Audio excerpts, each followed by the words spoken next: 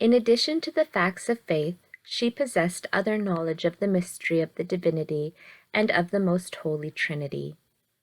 Although in this instant of her conception she did not see him intuitively as the saints, yet she saw him in abstraction by a light and vision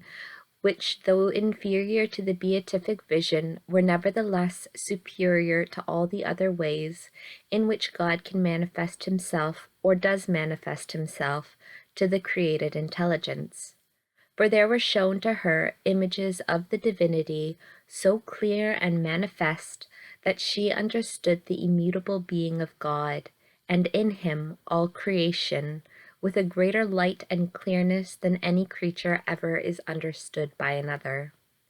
And these images were like a shining mirror, from which was resplendent the whole divinity, and in it all creatures, so that in God she saw and recognized, by means of this light and by means of these images of the divine nature, all things with a greater distinctness and clearness than was possible by the images of the infused science already vouchsafed to her. In all these different ways was laid open to her, from the very instant of her conception, the vision of all men and angels in their hierarchies, dignities, and operations, and of all the irrational creatures with their natures and conditions. She saw the fall of the angels and their ruin, the justification and glory of the good ones, and the rejection and punishment of the bad ones, the first state of Adam and Eve in their innocence, their deception, their guilt, and the misery in which the first parents were thrown on account of it, and in what misfortune the whole human race was cast through them, the divine resolve to repair it, the preordaining and the disposing of the world, the nature of the heavens, the stars and planets, the condition and the arrangement of the elements. She saw purgatory, limbo, and hell. She saw how all these things, and whatever is contained in them, were created by the divine power, and were maintained and preserved by the infinite goodness, without having need of any of them. Above all, she was informed of the most high sacraments connected with the Incarnation, by which God was to become man in order to redeem the whole human race, while the fallen angels were left without a remedy. In correspondence with this wonderful knowledge of her most holy soul at the instant of its union with the body,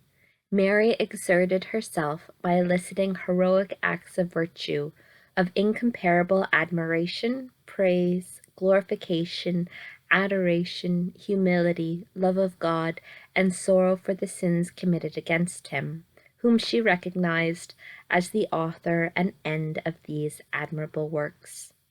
She hastened to offer herself as an acceptable sacrifice to the Most High, beginning from that instant with fervent desires to bless him, love him, and honor him, because she perceived that the bad angels and men failed to know and love him.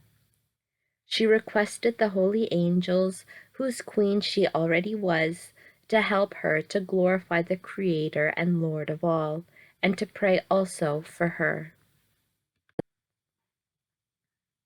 The Lord in this instant showed her also her guardian angels, whom she recognized and accepted with joyful submission, inviting them to sing canticles of praise to the Most High alternatively with her.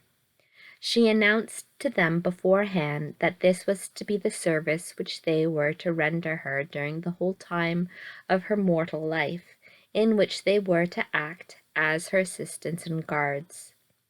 She was informed, moreover, of her whole genealogy, and the genealogy of all of the rest of the holy people chosen by God, the patriarchs and prophets, and how admirable his majesty was in the gifts, graces, and favors wrought in them. It is worthy of admiration that, although the exterior faculties of her body at the creation of her most holy soul were hardly large enough to be distinguished, nevertheless, in order that none of the miraculous excellence with which God could endow his mother might be wanting, He ordained by the power of his right hand that in perceiving the fall of man, she shed tears of sorrow in the womb of her mother at the gravity of the offense against the highest good.